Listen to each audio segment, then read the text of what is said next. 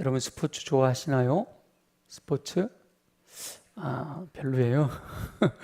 우리 박연아 지사님 바로 눈에 띄었어요.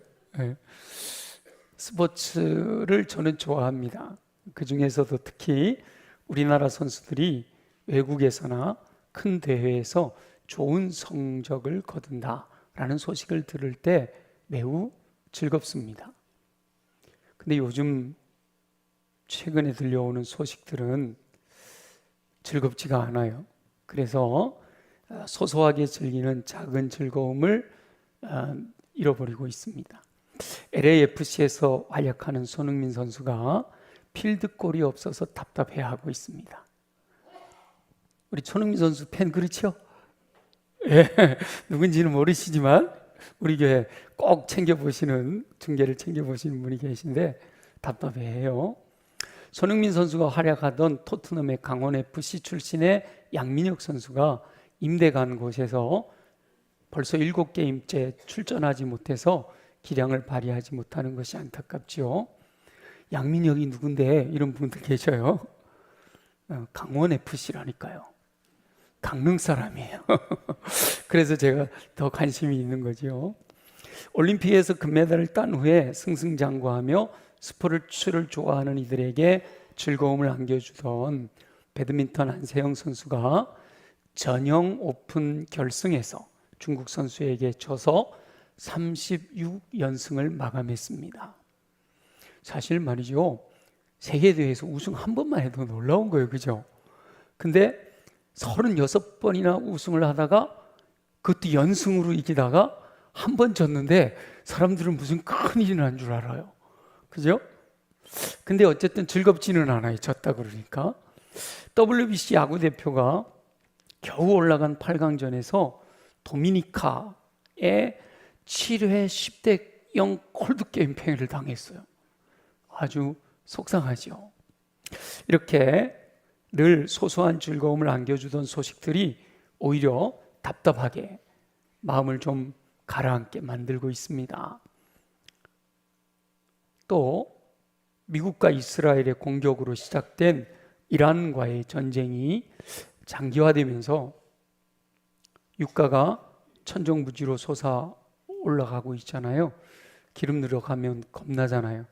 조금만 싼 데가 있으면 그냥 차가 밀려서 기름을 넣을 정도로 이 서민들이 경제적인 어려움이 피부로 느껴지게 되면서 점점 마음은 지쳐가고 힘들어지는 거죠. 낙심하게 되고. 그 전에도 경제 지표는 높다고 얘기를 하는데 시장에서 온몸으로 겪는 서민들의 경제는 팍팍해서 다들 힘들어하고 어려워하죠. 점점 더 고통스럽다는 이야기들을 하십니다. 우리 젊은 분들 중에는 주식에 투자하신 분들 계시죠? 물론 어르신들 중에도 있으시더라고요. 아까 어떤 권사님 나가면서 목사님 좀 기도해 주세요. 왜요? 우리 아들 주식했어요. 그럼 요즘은 다 이렇게 힘들어해요. 그랬더니 아니요, 너무 많이 다 잃어버렸어요. 그런 얘기를 하시더라고요. 그런데 노심초사하고 지켜보는데 전쟁의 여파로 앞이 보이지 않고 연신 널뛰기를 하고 있어서 안타깝지요. 투자한 많은 이들의 가슴이 타들어가게 합니다. 그 외에도 나를 낙심하게 하고 나를 지치게 만드는 여러 가지 일들이 있어요. 그 와중에 교회에서는 우리 충성스러운 일꾼이셨던 강혜진 권사님이 너무도 일찍 하나님의 부르심을 받으셨잖아요. 아직도 할 일이 많으신 분이신데 너무도 안타까워하고 있습니다. 제가 하나님께 떼썼어요. 투정 부렸어요. 충성스러운 일꾼을 빨리 불러가시냐고. 그 시간들이 이렇게 다 이해하고 믿음으로 받아들이면서도 힘들 때가 있죠. 지칠 때가 있어요. 제가 언젠가 한번 말씀드렸잖아요. 이제 우리 강혜진 권사님은 뭐 어머니 뻘은 아니고 이모 뻘, 큰 누나 뻘이었으니까 더 애틋한데 우리 어르신들이 한 분 한 분 돌아가실 때마다 꼭 부모님 돌아가시는 것 같아서 그 장례를 치르고 나면 한동안은 제가 좀 다운이 됩니다. 예. 또 어르신들을 이렇게 요양원에 뵈러 가서 같이 이렇게 함께 대화하던 어르신들이 말을 못하고 누워 계시거나 기력이 떨어져 있는 분들 뵙고 오면요, 그날 밤에는 정말 힘들어요. 이렇게 낙심이 되는 거죠. 하나님께서 저분들을 좀 힘을 주시면 얼마나 좋을까, 이런 마음들. 제가 몇 가지 예를 들어드렸지만 우리 성도님들의 삶의 현장에서는 여러 가지 다양한 이유로 마음이 불편하고 낙심하는 일들이 발생합니다. 그러나 하나님께서는 저와 여러분의 상황과 환경을 모두 정확하게 알고 계신 줄 믿습니다. 하나님이 저와 여러분들을 사랑하셔서 허락하시는 환경이 하나님이 모르는 가운데 주어지는 것이 아님을 우리는 믿습니다. 그래서 오늘 말씀을 통해 위로하시는 하나님의 음성을 듣고 저와 여러분이 먼저 위로받기를 소망하고 더 나아가 낙심한 영혼들을 위로하는 삶을 사는 저와 여러분들이 되시기를 예수 그리스도의 이름으로 축원합니다. 이 목사들은요, 설교하고 나면 다음에 또 무슨 설교해야 될까 늘 하나님께 이렇게 귀를 열어놓고 있게 됩니다. 지난주에 신실하신 하나님에 대해서 이렇게 말씀을 나눴잖아요. 그리고 나서 예배가 딱 끝나는 순간 다음 주에는 또 어떤 말씀을 나눠야 될까, 미리 하나님이 주실 때도 있지만 대부분은 그렇게 준비를 한단 말이죠. 다음 주일에는 어떤 말씀을 나눠야 될까 이렇게 기도를 하게 됩니다. 기도하는 중에 월요일 날 새벽 기도 끝나고 이렇게 기도하면서 묵상하는 중에 위로하시는 하나님을 묵상하게 되었어요. 그때 이미 우리 강혜진 권사님이나 여러 가지 상황들이 저로 하여금 많이 낙심하게 하고 좀 지치게 하고 그런 상황들이 있었단 말이에요. 위로하시는 하나님이 필요하다. 저뿐만 아니라 우리 모든 성도들에게 위로하시는 하나님이 필요하겠다. 그렇게 묵상을 하게 된 거예요. 그래서 오늘 함께 위로하시는 하나님에 대한 말씀을 나누게 되는 겁니다. 오늘 본문은 사도 바울이 고린도 교회 성도들에게 보낸 편지입니다. 사도 바울이 고린도 교회의 죄와 여러 가지 파당에 대한 문제에 대해서 듣고 첫 번째 편지를 통해서 고린도 교회 성도들의 잘못된 행동을 심하게 책망을 하셨어요. 심하게 책망을 하셨는데 사도 바울이 너무 강한 내용으로 책망을 하고 나서 혹시 고린도 교회 성도들이 마음이 상하지는 않았는지 걱정을 하게 된 거죠. 이 사역자들의 마음이 다 똑같아요. 설교를 하기 전에 물론 여러 가지를 하나님이 마음에 감동을 주시는데 그것을 여기 25분 내지 30분 설교로 딱 만들기까지는요, 많은 이야기들을 버려야 되는 거예요. 버려야 되는 거예요. 그럼에도 불구하고 꼭 하나님께서 성령을 통하여 이 말은 꼭 해야 되겠다 하고 말씀하시면 이제 그거를 전하기는 하는데, 가능하면 성도들을 격려하고 축복하고 이렇게 힘이 되는 말씀을 전하고 싶죠. 강단에서 막 책망하고 야단치고 막 정죄하고 이러고 싶은 목회자는 사실 없단 말이에요. 근데 성령님이 하라고 그러시니까 하는 거예요. 사도 바울이 그런 의미로 고린도 교회 성도들에게 편지를 보냈는데, 그리고 나서 걱정이 되는 거죠. 책망을 듣고 돌이켜서 회복되면 좋은데 오히려 반발해서 믿음에서 떠날 수도 있으니까 걱정스러운 거예요. 그래서 설교자들은 참 단어 하나도 문장 하나도 조심해서 쓰는 거죠. 혹시나 내가 이런 표현을 했을 때 상처받을 성도들이 있으면 안 되니까. 책망이 되고 마음에 찔려서 믿음이 회복이 되면 좋은데 그렇지를 못하고 반발을 하는 경우가 많거든요. 그래서 조심스러워. 고린도 교회에 보낸 편지를 썼던 사도 바울도 그런 마음이 있었다. 게다가 복음을 전하는 사역의 현장도 편하지가 않았다는 거예요. 5절 우리 한번 볼까요? 5절에 보니까 우리가 마게도냐에 이르렀을 때에도 우리 육체가 편하지 못하였고 사방으로 환난을 당하여 밖으로는 다툼이요 안으로는 두려움이었다. 자신의 상황을 설명하고 있는 거예요. 그래서 사도 바울이 대부분은요 성령 충만한 삶을 살았잖아요. 항상 기뻐해라, 쉬지 말고 기도해라, 범사에 감사해라. 감옥에서도 찬양하고 경배하고 늘 이렇게 충만한 삶을 살았어요. 전체적인 삶을 보면 사도 바울이 복음을 전하는 사명자로 살아가는 삶이 행복했던 거지요.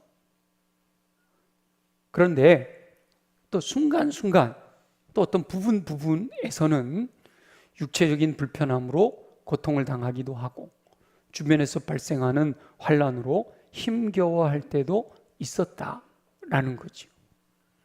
저도 목회를 하다 보면 마찬가지예요. 저는 목사 된 게 얼마나 감사한지 몰라요. 내가 목사가 안 됐으면 과연 주일 성수를 잘 했을까? 이런 생각도 들고, 내가 목사가 아니었으면 과연 매일 새벽 기도를 할까? 목사가 돼서 이렇게 하는 것이 얼마나 감사한지 몰라요. 그리고 성도들의 사랑을 받거나 또 성도들에게 말씀을 전하거나 이런 목회 활동들이 저에게 너무 행복해요. 전반적으로 봐서는 모든 게 다 행복하단 말이에요. 그런데 저에게도 어떤 순간에는 서운할 때도 있고 어떨 때는 섭섭할 때도 있고, 그렇죠? 어떨 때는 실망할 때도 있는 거잖아요. 사람이다 보니까. 이 사도 바울도 마찬가지라는 거예요. 충만한데 너무 힘겨워. 근데 이제 엎친데 겹친다 그러잖아요, 그죠? 이 힘들고 어려운 것들이 또 한꺼번에 막 이렇게 오면 너무 힘든 거죠. 사도 바울이 육체적으로 힘들고 밖으로는 다툼도 있고 안으로는 두려움도 있는데 이제 고린도 교회 상황을 생각하면 너무 마음이 아프고 그래서 마음이 지쳐있는 상황이다라는 거예요. 바로 그때 낙심한 자들을 위로하시는 하나님으로 인해 사도 바울이 위로를 받았다라고 고백하고 있는 거지요. 우리 하나님께서 그 힘들어 지쳐있는 사도 바울을 위로하셨다라고 하는 겁니다. 저와 여러분의 삶의 현장에도 위로하시는 하나님께서 베푸시는 그 위로가 함께 하셔서 격려가 되고 힘을 얻게 되시기를 간절히 소망합니다. 여기서 위로하시는 하나님이라고 할 때 이 위로하다라고 하는 단어는 원어적으로 곁으로 부르다라고 하는 단어가 두 개가 합혀져서 위로하신다라는 의미를 갖게 됩니다. 다시 말해서 이 두 개가 합쳐지면 곁으로 불러 도움을 주다 혹은 곁에서 함께하다 라는 뜻을 갖고 있다는 거죠. 그러니까 위로하시는 하나님이라고 할 때 위로하신다는 단어의 어원을 보면 곁으로 불러 도움을 주다, 곁에서 함께하다 라는 의미가 있다는 거예요. 그 의미에 대해서 들으니까 많이 들어본 것 같지 않아요? 성령님을 묘사할 때 보혜사 그러잖아요. 그 보혜사라고 하는 단어의 어원이 바로 위로하시다라는 어원이 같아요. 보혜사라는 의미가 곁에서 도움을 주시는 분이라는 뜻이잖아요. 그러니까 위로하시는 하나님은 멀리서 힘내라, 힘내라니까 이렇게만 말씀하시는 분이 아니고 고난의 현장에 함께 하시면서 품에 안아주시기도 하고 등을 두드려 주기도 하면서 위로하시고 격려하시고 힘을 북돋워 주시는 분인 줄로 믿습니다. 위로하시는 그 하나님께서 저와 여러분과 함께 하셔서 여러 가지 어려운 환경과 근심과 걱정으로 인해 낙심하고 지쳐있는 저와 여러분에게 진정한 위로를 넘치도록 공급해 주시기를 예수 그리스도의 이름으로 축원합니다. 그러면 구체적으로 어떤 것이 위로가 되는가? 세 가지로 함께 말씀을 나누려고 해요. 첫 번째는 작은 선물이 위로가 될 수가 있습니다. 제일 먼저 위로한다라고 하면 떠오르는 게 뭐예요? 제일 먼저 떠오르는 게 어떻게 위로하죠? 말로 위로를 합니다. 말로 하는 위로를 생각하게 되는데 다행히도 말로 하는 위로도요 실제로 낙심한 분들에게 도움이 되기도 합니다. 전혀 모른 척하는 것보다 말이라도 힘내세요. 내가 위하여서 기도할게요. 이게 위로가 될 때도 있어요. 진심이 담겨 있는 말이라면 사람의 마음을 움직일 수 있기 때문이지요. 그런데 고난당하는 욥을 찾아와서 친구들이 여러 가지 말로 위로를 하잖아요. 욥기 보면 얼마나 길어요. 그런데 욥에게 친구들이 와서 위로한답시고 여러 가지 말을 많이 하는데 진짜 욥은 위로를 받지 못했다는 거예요. 욥의 친구들이 하는 말은 욥의 마음을 움직이지 못했기 때문이에요. 위로의 하나님께서 말로 위로하기도 하지만 그 다음 단계가 사랑하는 영혼들의 필요를 하시고 물질적인 공급을 통해 위로하시고 힘을 주십니다. 내가 뭔가 필요로 할 때 하나님께서 내게 필요한 것들을 공급해 주신단 말이에요. 작은 선물이 낙심한 영혼들에게 위로가 되어 힘을 얻게 할 수 있다는 거예요.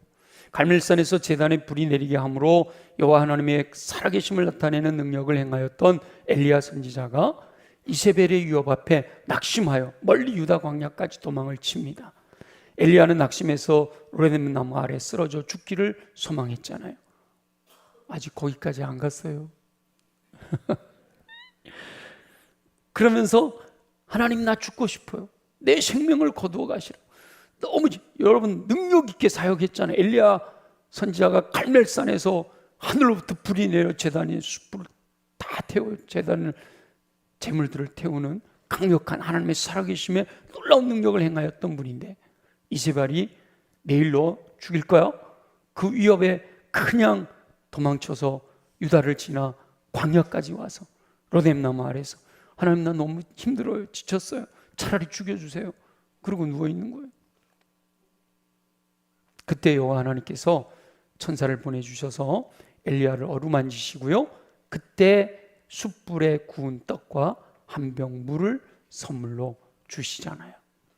엘리야는 그것을 먹고 힘을 얻어 호렙산까지 이르러 다시 사명을 받고 새롭게 사역을 시작했던 겁니다. 엘리사를 기름 부어 세우고 하나님께서 맡기신 사명을 완수하게 되는 거예요.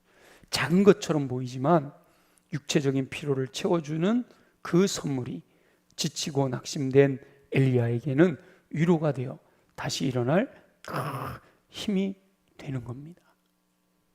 힘들고 지친 영혼에게 밥 한 끼 사주는 거요? 아무것도 아닌 것 같은데 정말 하나님이 거기에 함께 하셔서 힘이 되게 하시고 위로가 되게 하시고 격려가 되게 하실 수가 있어요. 그래서 하나님이 공급하신 은혜를 누리기를 원하고 또한 나도 그렇게 섬길 수 있기를 원하고요. 근데 하나님께서도 나한테 안 해주시는 것 같고 옆에 있는 형제 자매들도 내가 이렇게 힘들고 지쳤다는 걸 잘 모르는 것 같고 그러면요, 셀프 위로를 하세요. 스스로 자기를 위로하시란 말이에요. 여러분, 이것도 지혜입니다. 그래서 지혜로운 사람들은요, 스스로에게 작은 선물을 하며 위로하기도 합니다. 그러니까 낙심하는 일이 발생했을 때나 어떤 큰 일을 하고 막 의욕적으로 뭔가 놀라운 일을 하고 나면 좀 영적으로는 충만한데 육체적으로는 뭐예요? 피로하고 지칠 때가 있어요. 정말 큰 일을 했는데 이번에 우리 다음 주에 임직식을 하잖아요. 그 우리 임직 받으신 분들 막 기대하고 막 그래갖고 꽉 뻑적지근 하고 났는데 뭔가 허전하고 이렇게 공허하고 육체적으로 피곤하고 지칠 수도 있어요. 그럴 때 그 외에도 여러 가지 일들로 인해 스트레스 받고 막 힘들고 지칠 때 여러분 평소에 갖고 싶었던 것들을 질러버리는 거예요. 내게 좋은 걸 선물하는 거죠. 작은 거. 예. 여러분 쿠팡 많이 이용하시나요? 요즘 많은 분들이 쿠팡을 떠났다고 그러는데 전 여전히 쿠팡에 매여 있어요. 쿠팡을 보면 이렇게 저는 또 이렇게 포털을 다음을 많이 보는데 계속 제가 쿠팡을 봐서 그런가 이렇게 떠요. 상품이. 우와, 뭐 이런 게 있었어? 들어가 보고요. 그리고 야, 이거 사면 좋겠다. 근데 주머니 사정이 안 되잖아. 그렇죠? 그러면 여러분 어떻게 해요? 보고 말아요? 저는 그럴 때요 장바구니에 담아둬요. 지금은 능력이 안 되면 못 사. 근데 장바구니에 꼭 담아둬요.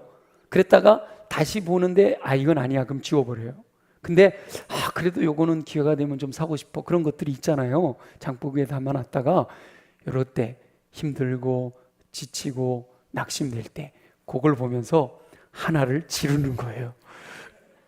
그러면 곧 딱 질렀을 때 쾌감이 있어요. 그죠? 그리고 그 선물이 올 때까지 기다리는데 또 설레임이 있어. 그리고 나서 선물을 딱 받았을 때 위로가 돼요. 힘이 돼요. 격려가 된단 말이에요. 저는 그렇게 많이 이렇게 쇼핑을 하도 어디를 가질 않고 그렇게 저한테 위로를 많이 합니다. 그래서 제 장바구니에 많이 있어요. 근데 늘 이렇게 보다가 이럴 때 한 번씩 저한테 힘을 주는 거예요. 제 아내는요 주로 그러면 백화점으로 가요. 그래가지고 여러분 놀라지 마세요. 백화점 갔다 그랬더니 무슨 명품백 사고 뭐 옷 사고 그러지 않고 제 아내는 주로 뭘 사냐면 접시 사요. 그릇을 사요. 그릇을. 주방용품을 사더라고. 평소에 TV나 이런 데 광고 나오는데 저거 이쁘다 좋다 손님들 오면 대접했으면 좋겠다. 근데 비싸. 못 샀던 거. 그래서 제 아내가 백화점에 가면 좀 두려워요. 뭔가 지쳤다는 거거든. 뭔가 낙심이 됐다는 거거든요. 그래서 가서 하나 사갖고 와가지고 그거 보면서 그렇게 또 행복해해요. 뭐 세트로 사오는 거 아니고요. 접시 하나 사와요. 하나. 그럼 그걸 보면서 너무 행복해하고 그래요. 여러분 그게 무슨 힘이 되겠나 생각할 수 있지만 의외로 지친 영혼들에게 힘을 얻게 하는 위로로 작용을 합니다. 스스로 한번 셀프 위로 해보시기 바라요. 그런데 하나님께서는 이렇게 자잘한 작은 선물만 주신 게 아니라 저와 여러분에게 엄청나게 큰 선물을 주신 줄 믿습니다. 그때 나와야죠. 좀 더 놔두세요. 하나님께서 저와 여러분에게 큰 선물을 주셨죠. 저와 여러분이 여전히 죄인으로 살고 있을 때 독생자 예수 그리스도를 대속을 위한 선물로 이 땅에 보내신 줄로 믿습니다. 하나님께서 선물로 보내주신 그 예수 그리스도로 인하여 절망 가운데 있거나 낙심한 영혼들이 진정한 위로를 얻고 소망 가운데 승리하는 삶을 살게 되는 겁니다. 위로하시는 하나님께서 허락하시는 선물에는요 좋은 소식도 포함이 됩니다. 사도 바울은 디도가 와서 고린도 교회 상황을 전하는 소식, 성경에는 보고하니라고 되어 있어요. 그 소식으로 인해서 위로를 받아 기쁨을 얻었다라고 고백해. 우리 한번 볼까요? 6절, 7절 준비됐나요? 6절과 7절 함께 읽어볼게요. 시작. 그러나 낙심한 자들을 위로하시는 하나님이 디도가 옴으로 우리를 위로하셨으니 그가 온 것뿐 아니요 오직 그가 너희에게서 받은 그 위로로 위로하고 너희의 사모함과 애통함과 나를 위하여 열심 있는 것을 우리에게 보고함으로 나를 더욱 기쁘게 하였느니라. 아멘. 첫 번째 책망하는 편지를 보내고 걱정하고 있었는데 사도 바울에게로 온 디도가 고린도 교회를 가서 보고 사도 바울에게로 찾아온 디도가 고린도 교회 성도들이 그 사도 바울의 편지를 읽고 나서 애통하며 회개했고 사모함으로 열심을 내고 있다라는 소식을 전해 주었기 때문에 위로를 얻었다, 기쁨을 얻게 되었다라고 말씀하고 있는 거죠.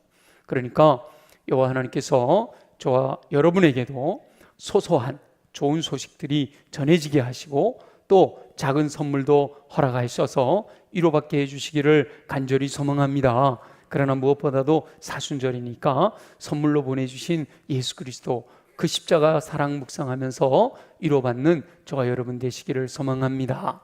한 주간 저와 여러분은 위로하시는 하나님의 은총을 누리며 저와 여러분도 낙심한 영혼들에게 좋은 소식을 전할 뿐만 아니라 작은 것이라도 선물을 나누는 그 섬김을 통하여 낙심한 영혼들을 위로하는 삶을 사실 수 있기를 예수 그리스도의 이름으로 축원합니다. 두 번째는요, 그 선물에 마음이 담기면 더욱 큰 위로가 됩니다.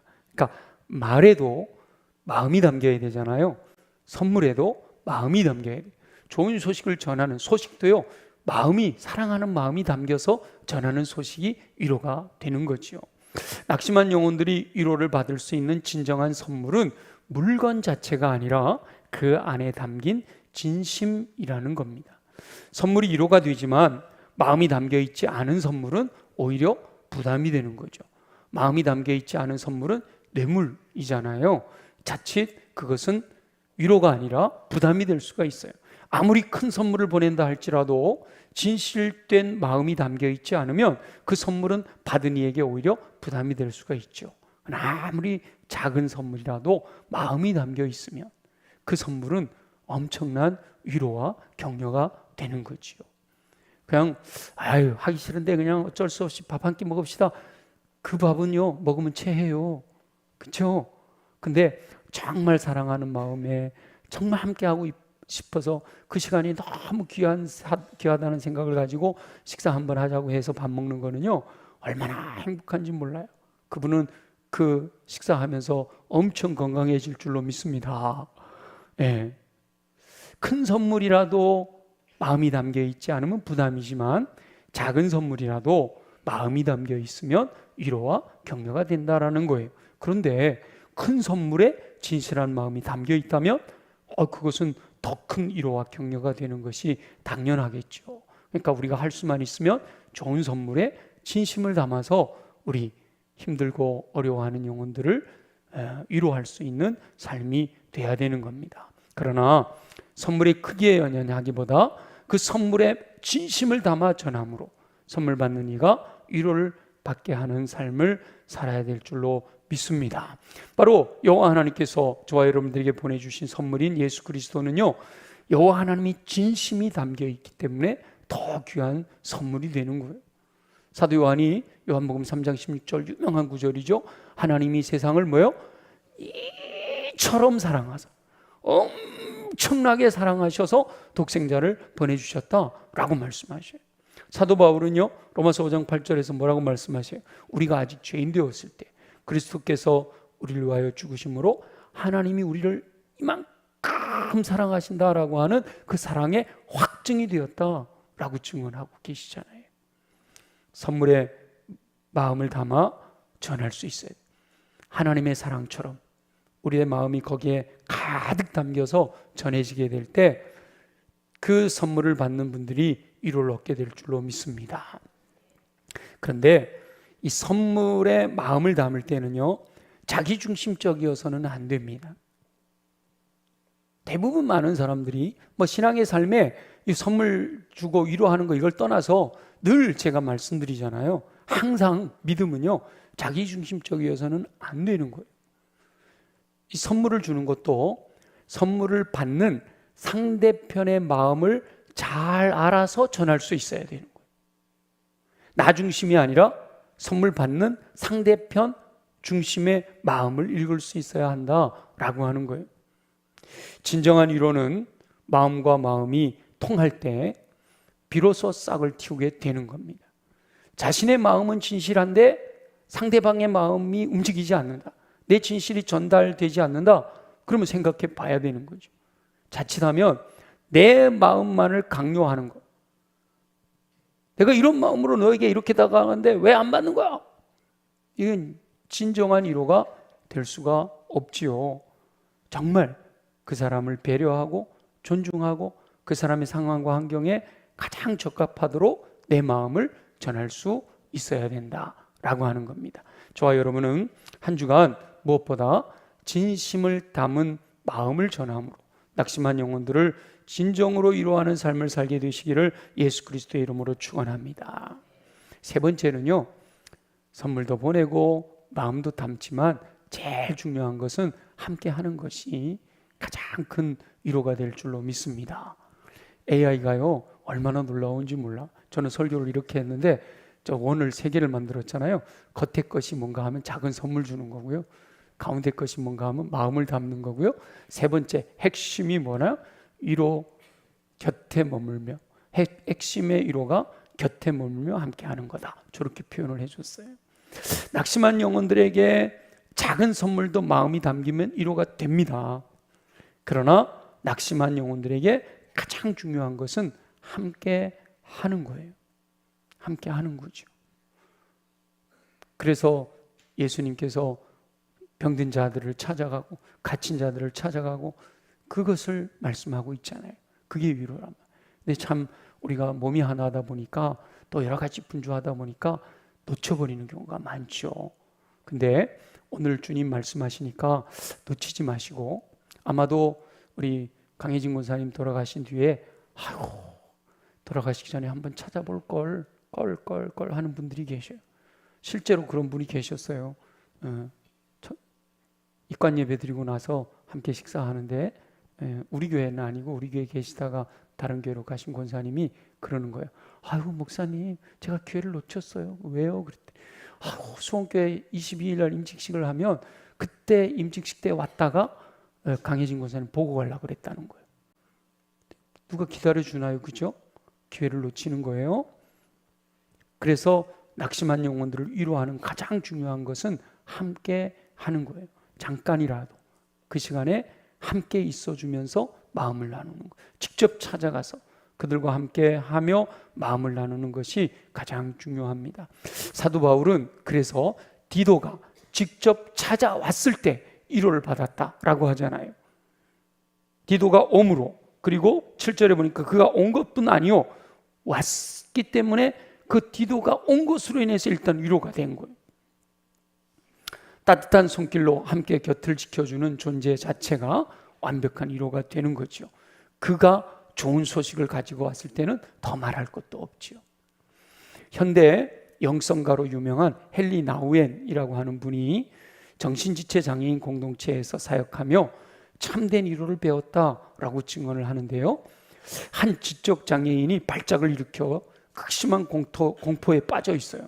그래서 나우엔이 쫓아가가지고 영적으로 또 이렇게 여러 가지 말로 설명을 하고 또 계속 기도도 하고 근데 진정이 안 되는 거예요. 내가 할 수 있는 모든 것들을 다 해봤는데 진정이 안 되더라는 거죠. 근데 그때 다른 장애인 친구가 가까이 오더니 그 막 발작을 하는 아이를 가만히 끌어안고 등을 두드리면서 내가 여기 있어, 내가 같이 있어 줄게, 이렇게 속삭였는데 환자가 안정을 찾는 모습을 보게 되었다라고 하는 거예요. 그러니까 아무리 말을 하고 아무리 기도를 하고 그래도 함께 있어주는, 진심이 담긴 마음으로 함께 있어주는 그 마음이 위로가 되고 힘이 되는 것을 보았다는 거죠. 진심으로 사랑하는 마음으로 함께 있는 것, 그것이 진정한 위로가 된다는 겁니다.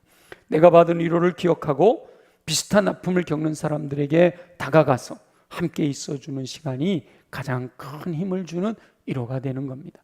마음이 일치하면 그것은 천국의 기쁨으로 가득하게 될 줄 믿습니다. 마음이 통하는 사람하고 밥을 먹고, 마음이 통하는 사람하고 여행을 하고, 마음이 통하는 사람하고 잠깐이라도 함께 있으면 그것은 천국이 되는 거예요. 근데 마음이 통하지 않는 사람과 함께 있는 것은요, 즐겁지 않은 경험이죠. 그렇죠?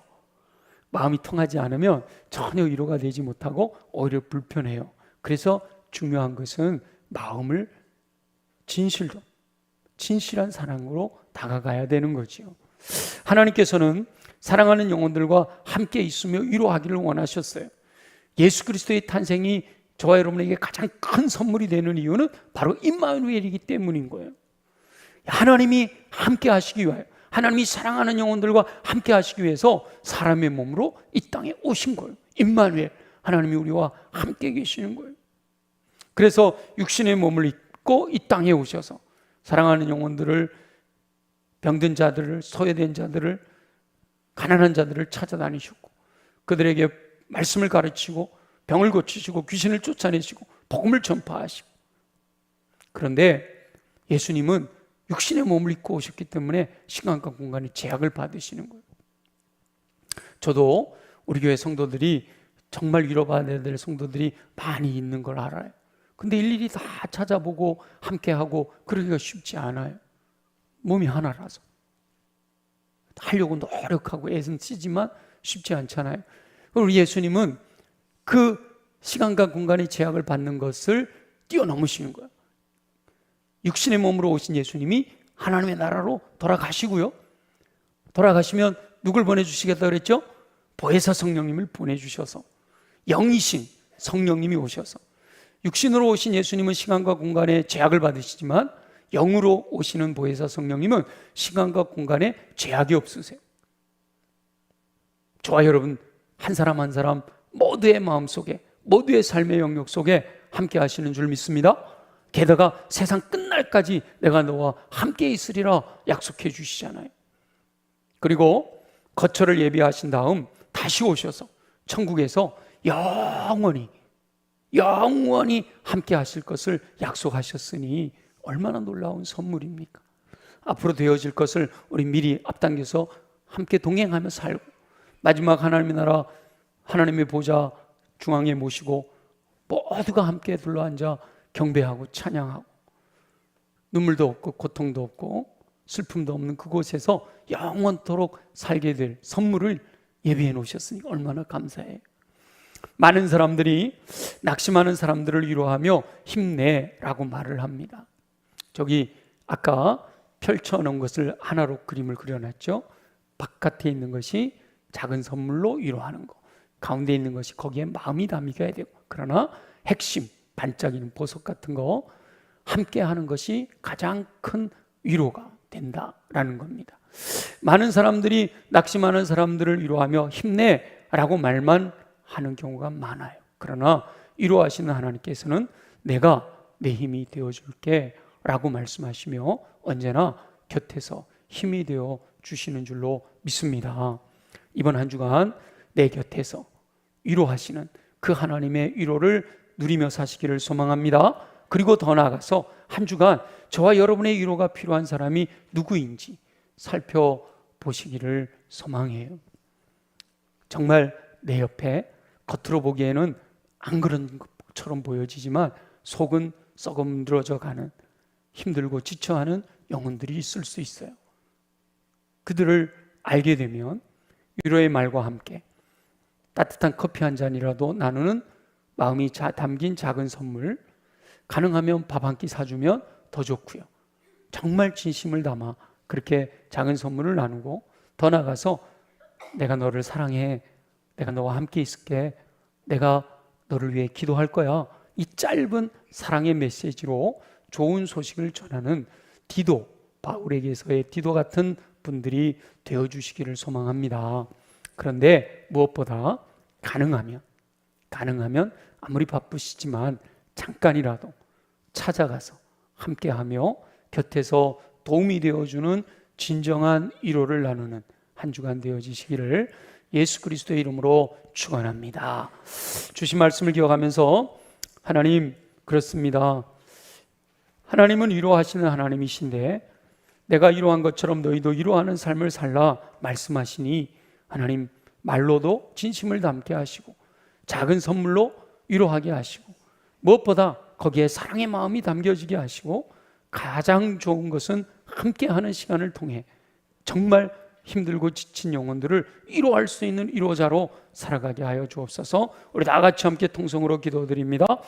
곁에서 도움이 되시며 낙심한 자들을 위로하기 원하시는 우리 주여와 아버지 하나님, 사도 바울같이 성령으로 충만한 분도 낙심하게 될 때가 있음을 깨닫습니다. 밖으로는 다툼이 있고 안으로는 두려움이 있다라는 고백을 듣게 됩니다. 주변에 위로가 필요한 영혼들은 없는지 돌아보게 하여 주옵소서. 하나님은 위로하시는 하나님이다 라고 말씀하시니 감사합니다. 곁으로 불러 함께 하시며 도움을 주시는 하나님을 신뢰하게 하여 주옵소서. 낙심된 일이 발생될 때 여호와 하나님께 도우심을 구할 수 있게 하시고, 낙심한 엘리야에게 구운 떡과 물 한 병 주시며 위로하신 하나님의 사랑을 기억하게 하여 주옵소서. 낙심한 영혼들에게 작은 선물 나눌 때 위로가 될 줄로 믿습니다.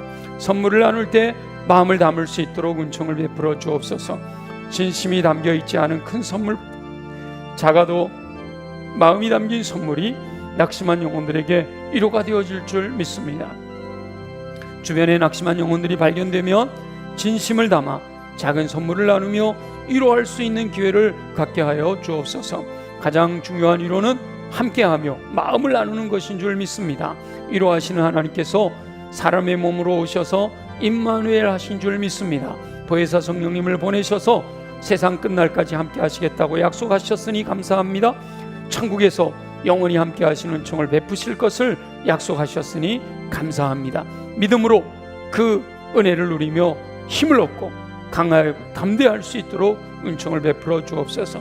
이렇게 먼저 위로하시는 하나님께서 위로해 주시는 은총을 누릴 수 있게 도와주시고, 더 나아가서 내 주변에 위로받아 마땅한 영혼들을 찾아가서 작은 선물을 나누며 진심을 담은 사랑을 전하고, 무엇보다 잠깐이라도 함께함으로 위로가 되고 격려가 되는 삶을 살아갈 수 있도록 은총을 베풀어 주시옵소서. 허락하실 주님을 기대합니다. 감사합니다. 영광을 받아 주시옵소서. 살아계셔 역사하시는 우리 주 여호와 아버지 하나님, 오늘 주신 말씀 마음에 간직하고 먼저 나를 위로하신 하나님께 감사하며, 하나님의 위로가 다가올 때 그것을 수용하여 아멘으로 받아 힘을 얻고 격려가 되어지고 강하여지고 담대해지도록 도와주시기를 소원합니다. 주님, 그 위로받은 우리가 우리 주변에 우리를 필요로 하는 영혼들, 위로받아 힘이 되고 격려받아야 될 영혼들을 찾아가 위로하신 하나님처럼 우리 또한 위로하는 삶을 살아가도록 도와주시기를 소원합니다. 그러기 위해서 육체가 강해야겠습니다. 연약한 부위에 손을 얹고 믿음으로 함께 기도합니다. 나사렛 예수 이름으로 명하노니 모든 육체의 질병은 뿌리채 뽑혀 떠나갈지어다. 그래야 독수리 날개친 같은 셈을 공급받아 하나님 말씀하실 때 아멘으로 믿음으로 순종하는 삶 살아가게 하여 주옵소서. 가슴에 손을 얹고 기도합니다. 육체가 강해도 마음이 무너지면 힘을 잃게 됩니다. 우리의 마음을 무너지게 하는 어둠의 권세들아, 예수 이름으로 명하노니 묶임을 받고 떠나갈지어다. 마음을 무너지게 하는 더러운 것이 내 안에 들어와 있사온데 이 시간 예수 그리스도의 보혈의 능력으로 명하노니 정결하게 깨끗하게 새롭게 될지어다. 그래 우리의 마음이 옥토로 준비되게 하시고 선포되는 말씀을 아멘으로 받아 믿고 순종하여 인내함으로 30배 60배 100배 풍성한 열매 거두는 삶 되게 하여 주옵소서. 그러나 주님, 내 힘으로 할 수 없습니다. 오직 성령의 권능으로 되어지는 줄 믿사오니 사모하는 심령들에게 성령으로 충만하게 하여 주옵소서. 성령으로 기름 부어 주옵소서. 그 배에서 생수의 강이 흘러넘치게 하여 주옵소서.